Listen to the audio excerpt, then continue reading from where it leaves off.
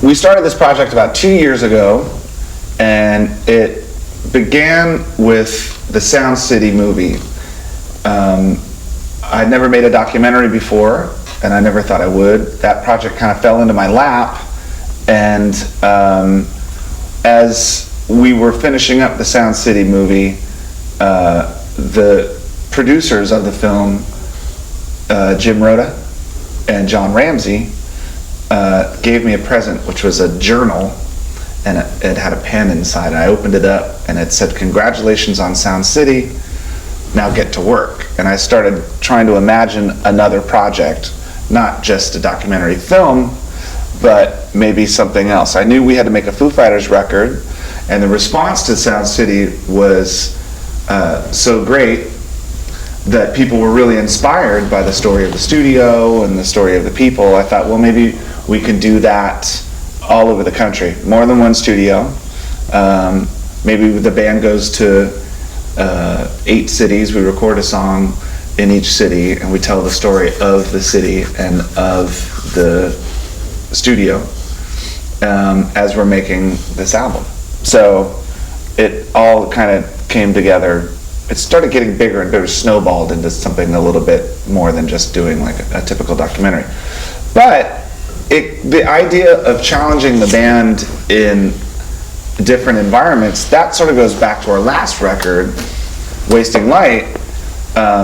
We, instead of recording in our recording studio, which we've done a few times, I thought, well, let's take the band out of the comfort zone and record in a garage and not use computers and Pro Tools and technology. Let's go back to tape and see if it'll work.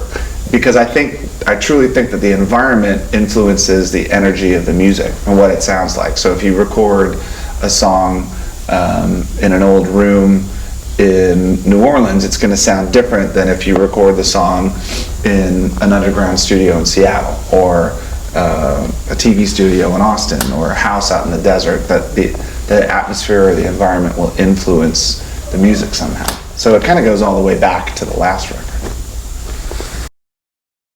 At first I imagined the infinity symbol to be the cover of the album.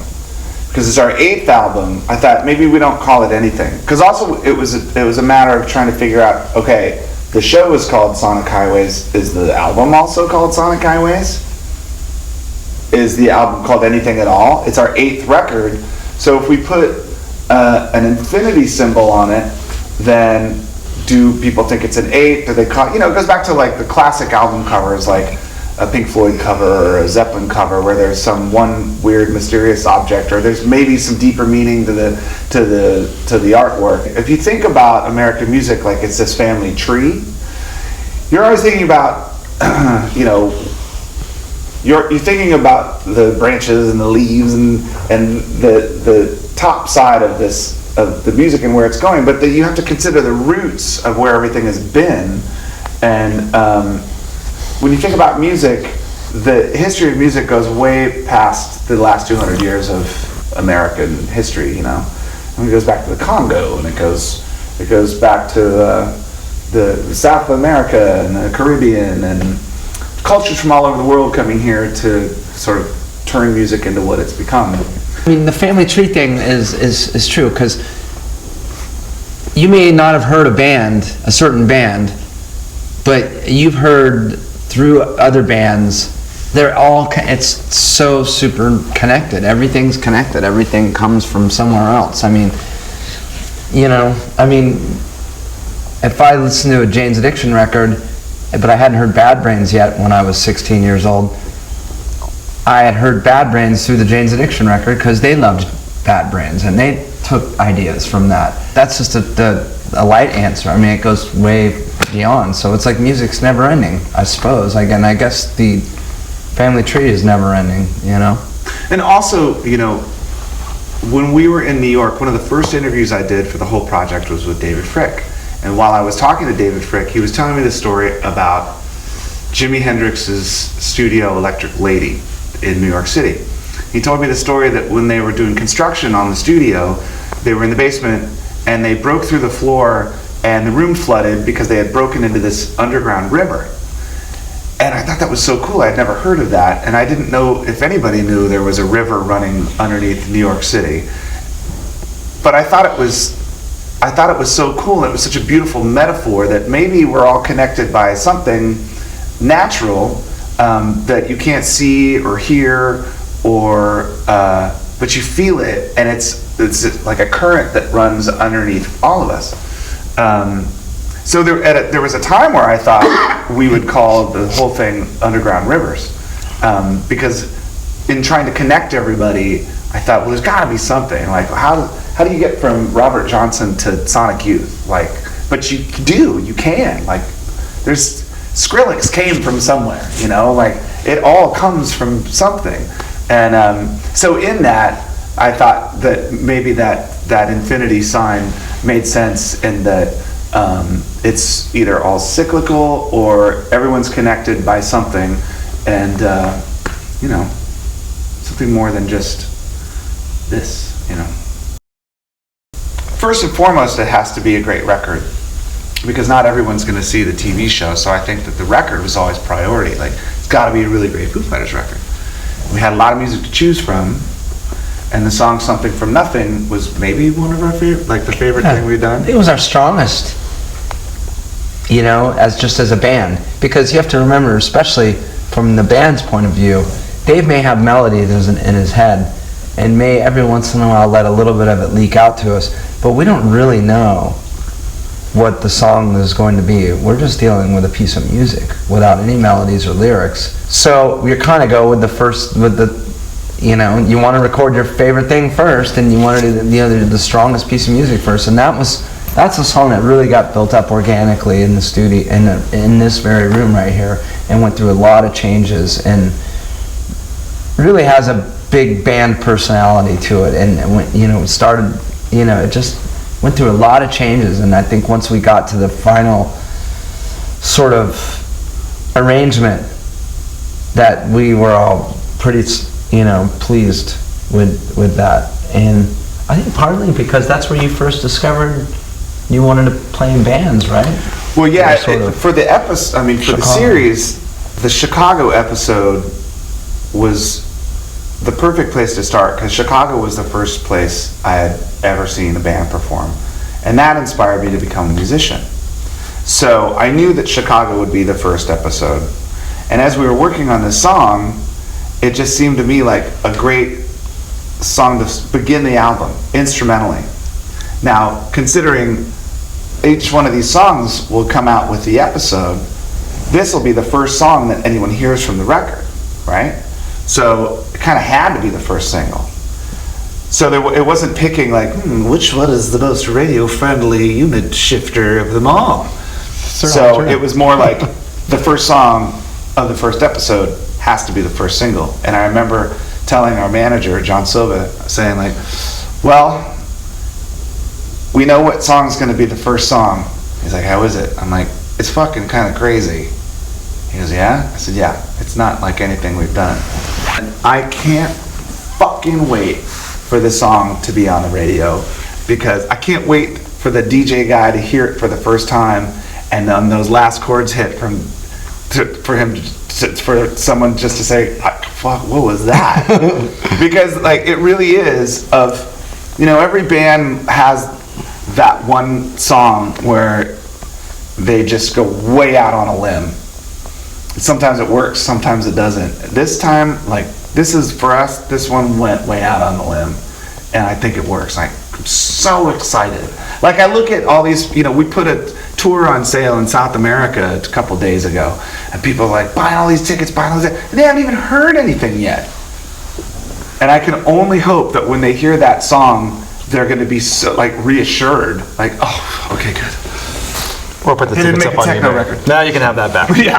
No, that's, I mean, when we play it now, I mean, we've had a little bit of practicing where we've been able to play the new songs together in private, not for crowds yet, but it's that, it definitely like, feels good to play that song with this band. It just fucking, just feels good to play that song. It's a, you know, a journey. It's not. It's like Journey. It's like Journey, which is awesome. I just like the idea of like choosing the first song to come out before you've even recorded it, and it could be like maybe not the best. Yeah. Well, we're gonna go with that. We're sticking with that one. It's kind. I mean, we weren't really ever sure if it was really gonna work. We came up with the idea. We put the whole thing together before even setting foot in walking into a studio and recording a song, you know. I remember at one point someone said, "Hey, do you guys want to do like a test session with cameras and stuff at your studio?" I said, "No." Why? Did that already. Yeah. Let's just try to Been do doing it. that for 20 years. You know, making this record and the way we did it was really overall just so kind of celebratory. When I think of being moved, I think of like a heavy, you know, emotional moment. I didn't really feel like that making the record.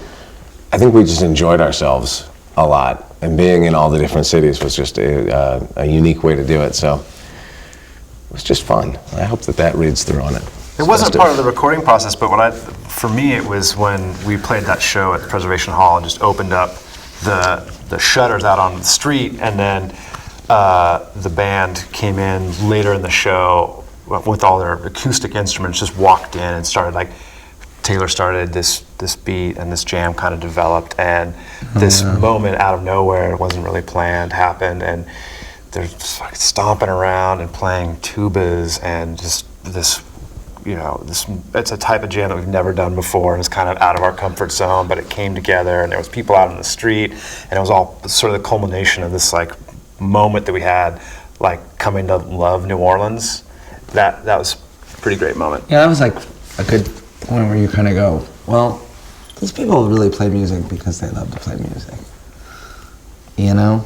I mean, there's a lot of business that goes along with what we do, and it has to be. You know, we gotta do interviews, we gotta do this, it's gotta be, you know, we gotta have the record done by here, and, you know, blah, blah, blah, blah.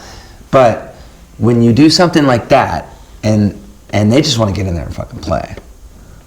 And I don't know, it kind of reminds to me of that same feeling we had when we were kids, you know, and when you're 12 or 14 in your garage with your buddies, you just want to play. And it's good to see that, you know, especially living in LA and just, you know, fucking people just love to play music there. And I like that, you know, because I like to think that we really still just love to play music. DC was a cool one for me because when I was first getting into music, some of the albums that I loved the most came out of DC, like Minor Threat's Out of Steps and Bad Brains, Rock for Light, and so I immediately gravitated towards that city, and it had such a, it was such a cool scene because it was centered on Discord Records, and they had this like super strong, like do-it-yourself ethic, and put out great records, and it was like you could just get behind everything they were doing. But you know, the way the business was run, and all the music, and it was different than what was happening other places. It was both more lighthearted, but also more serious, and they were taking hardcore in new directions that it wasn't happening other places. So, you know, we recorded at Enero Studio, which was sort of the house studio for Discord Records and a lot of those bands, and you know, just music, it impacts you so much when you're younger and developing your tastes that like a place like that becomes a shrine, you know. It was really cool for me to go in there and meet Don, the guy that recorded all those bands, and talk to him about the bands I loved growing up. And you know, I'd ask him questions and he would not know the answer, and he'd just pick up the phone and call somebody, you know, from that band. And like, I'd ask him, well, when's the last time you talked to him? Oh, 15 years ago. And I just get on the phone like, oh, there's a guy from the Foo Fighters here. He wants to know, you know, how you got your bass sound on that record or whatever. That was cool. I loved it. You know, in Chicago, I got to interview the singer of Naked Raygun, who was the first band I ever saw in the club that I saw them play for the first time. That's crazy. That was really awesome. That was a big deal to me. In Nashville, for me, I mean, I love country music, and being in that town, getting to go out every night and see like amazing players. It just seems like everywhere you go in Nashville, everybody that you see is like a million times better than you are, you know? Yeah. The level of musicianship, it was cool just to get to meet all those, like a bunch of those folks, and just go into the guitar stores and learn about the history of it, all of it. That was a special one for me. get pedal steel lessons in the basement of the studio? You know, I got an impromptu pedal steel lesson there, which made me set mine up at home and get it working and try to figure it out. I also in my got garage. a go-go tour of Washington, D.C. with Big Tony from Trouble Fog. That was pretty awesome. Like when I was a kid growing up in Washington, D.C., we all knew what go-go music was because it was like Washington, D.C.'s music. Most people don't know about go-go music. But we had this idea, man, we should get Tony to give us a tour of where all the clubs and all the landmarks of the go-go, DC go-go history. And he did. And I mean, I would never know where a lot of these places were. And most of them are gone now. But that was pretty huge. That was kind of awesome. I honestly, when we left New Orleans, I was sad. I was sad. I got back to Los Angeles and I was sad. And all I did was make beignets and listen to Preservation Hall. I went through withdrawals. Like, I feel like my heart is still in New Orleans. I love that place so much. I love those people so much. The food and the city and the music and the love and the attitude of everyone. I love it so much. I miss it still. I found the desert to be interesting because we live here and you know, normally we would go to Chicago and all, like go stay at some hotel in Chicago and get in a van and go drive, but especially after hearing the song and like doing that drive to the desert and back a couple times while we were making that song and being out there, and like, it's just super expansive out there. There's just nothing out there, and then having Joe Walsh come, and you know, I don't know. That was the most psychedelic experience of the whole album for me. It was just weird, and it's such a neat, weird place out there. That it's such a like opposite of Los Angeles in a way, you know. I don't know why, but that one really sticks with me in a lot of ways. I talk about like a place influencing the music that's made there. Like that place almost more than any other. Yeah, it's such a stark. It's like Alaska. It's like hot Alaska, I think, that place, because it just attracts all the kind of. It's a misfit place for sure. Isn't that a dessert? Baked Alaska. Oh, Hot Alaska. The lyric writing process for this record was something that we came up with long before I actually had to write a song. I thought, oh, this might work. I'll wait until the last day to write the lyrics, and I'll just read through all the transcripts of the interviews from the people in that city and take the ideas from their stories, and then turn them into a song. I thought maybe that it would be the biggest challenge of the entire process, but it was actually kind of easy to me, because when you're rooting around for inspiration, you know, like sitting down with a blank page and thinking to yourself, how do I feel?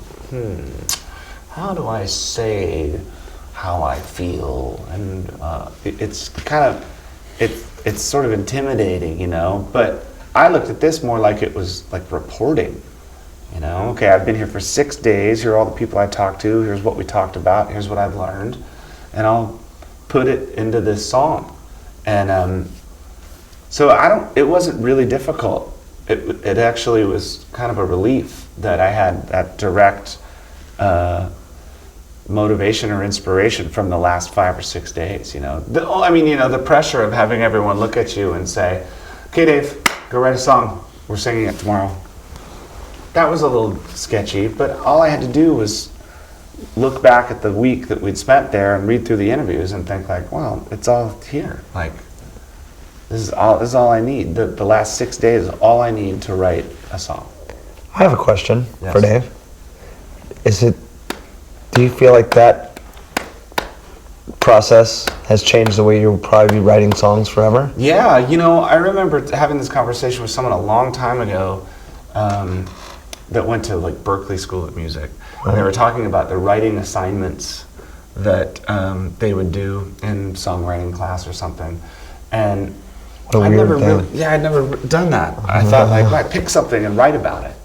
I'd always just tried to like wait to feel something and then I would write about that. But then there were people that would pick something specific and describe it or, you know, write about it. But that's what this was, and it works. You know, God, it's great. I mean, it's one of the cool things because like if people buy the record and they get into it as an album and know nothing about the television show, well then these lyrics might mean one thing to them. But then if then they discover the series and they watch the show and they see the inspiration behind all of the lyrics, it'll completely change the meaning of the song. And I think that's kind of cool, you know, because they might look at some of these things as like beautiful, poetic, metaphorical reference to whatever, but when a lot of it is just literal, you know. I'm singing about a paddle wheel in New Orleans, or a second line, or you know, the seventh son, or a bluebird. Like those are all specific references to places and people that you see in the episodes. So I guess if you didn't see it, they could still be ambiguous and yeah, they could and have a mean whole anything, other yeah. meaning. Yeah, someone could think that it means one thing, and I mean, it's one of the cool things about the whole project is that it kind of pulls back the curtain on the lyric writing process and what inspires you to write or how to write. Because you see band documentaries in studios and they're like, wow, that's so cool. They put the microphone right in the kick drum. Well, I never knew that's how they did that. Or you see a band like, oh, they're arranging a song. But you know, it's not often you get behind the meaning of the lyrics or see how someone writes. You know, another great thing about doing it this way was that we didn't have time to second guess anything we were doing. You know, we just didn't have time. We couldn't go back to Austin and re-record something. We had to do it while we were there. We thought about it. It was all pretty fast, you know? And so, so in that, it's just like you lay it down and get it quick and don't think about it too much. And same thing with the lyrics. And I think a lot of the times, what kills a song or kills a band is when you overthink things. So just do it, man. Just get in there and do it. People appreciate it a lot more if it seems completely real.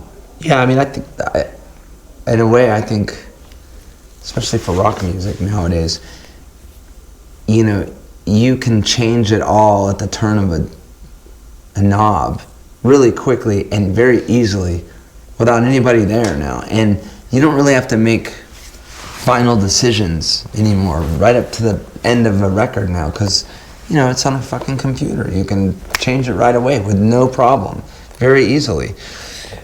We had to make, as Dave said, decisions that had to be made, and that's it. And once you make them, they're done. And that's the way people used to make records. I mean, you know, Beatles used to do Sgt. Pepper's on a fucking 4-track. Well, they had to make decisions. They had to decide. This is the drum sound, but the only way that we can get all these vocals is to put it on the same track or whatever. You can't do, you know, people don't have to do that anymore. So it's almost like records are never done now, you know? And like, it's this way, it's on tape, it's done. That's the way it is, like it or not. I really like that we ended every week filming a video, because it would have been really easy and possible for us to say, okay, we've done the song, now let's take it to 606 and change the lyrics or redo this. But we had to make the music video on that Sunday every week, which is there's nothing you can do about now. It's there, it's going to be on the show. If you start suddenly changing stuff, you blew it. That's pretty much cast in People will stone at notice. that point. Yeah. It's the Medusa. So that was really the moment. cementer for me. It was just like, it's done. Yeah, made a video for it. Too late. Got a video. Did you call it the Medusa moment? Wait, did you just call it the Medusa moment? Yeah. Is it too late to change the album title? Can we that redo was- the whole thing? That's good. The Medusa moment. Medusa moment. You're so smart. For me, you know, fucking Joe Walsh, man, getting to have, we literally just gave him a quarter of the song and said, this is your quarter, go. Take it out to fucking outer space with it for us. And he did, and it was fucking one of my favorite moments on any Foo Fighter record, because it's basically Foo Fighters being the James Gang for 24 bars or whatever, and that's fucking amazing. I mean, you know, we're kids in a candy store, and we could do shit like that. I mean, that's amazing. Tony Visconti, the famous producer and bass player, I interviewed him for the New York episode, and when we were thinking about who we would jam with in New York, I'm like, wow, well, who did we interview? Thurston from Sonic Youth, and Chuck D from Public Enemy, and then there's like Seymour Stein, and you know, who are we going to jam with in New York? Let's jam with Seymour Stein, that'd be rad. Yeah. And then I thought, well, Tony Visconti, man, like, what if we were to get him to do a string arrangement for the song, because he's also a famous arranger, and just hanging out, he's a great guy, and hanging out with him is such a pleasure. But then to hear the stories of his life, I mean, he's led this incredible life. But then to have him stand and conduct an orchestra playing over your song, like, that was kind of nuts. I mean, that guy's heavy. Like, he's done a lot of incredible stuff. He's just a legend. And to see him take so much interest in your song and then make it even bigger, that was pretty awesome. That was pretty great. A couple of the guitar player people, actually all the guitar player people, I would sit there and pick their brains and have them show me a lick or two. So I figured, might as well get a little guitar lesson out of it. I asked Joe Walsh, you know. Really? Yeah, so what'd you do right there? And he showed me. It was great. What'd you do? Now I got that. You know how it all started? Originally, we didn't imagine that there would be a guest on every song, and the first city that we filmed was Chicago. One of the interviews I did was Rick Nielsen from Cheap Trick. And after the interview, we're all friends with him. We've been on the road with him, and he's a great guy. He was sitting in the control room, and he jokingly said, well, aren't you going to ask me to play on your song? And we kind of looked at each other and said, yeah, dude, sure, that'd be great. But there's 18 guitar players in this band already, so we handed him this baritone guitar. And he plugged it in and played on the song Something from Nothing. And when he comes in, basically when the song goes, that's Rick Nielsen. And that's when the idea came, like, hey, you know what? What if he can be here tomorrow to film the performance video thing, then he'll be like the surprise element at the end of the show. Spoiler alert, surprise element at the end of the show. And we could do this and it just becomes another added element of the show. So we started doing it in each city, but it was all because of Rick Nielsen. Thanks, Rick. I remember when we released the first picture of the album cover to the internet, I was so excited, like, wow, people are going to be psyched. And I clicked on the tweet or whatever that came out, and the first comment was, Dream Theater called, they want their album cover back. So we knew we did something right. Most of our album covers have, for the longest time, they sort of had the same idea, like a simple object on the cover. The first album, the third album, the fourth album, the fifth album, like they all kind of had like this one image or something. Then there's the second album, which God knows what that is. Yeah, well, I don't even know any of that. But this one is definitely unlike anything we've ever done. And I remember when we had the meeting about the concept, I was sort of worried. It was over my head. I was like, wow, that's hyper conceptual. Yeah.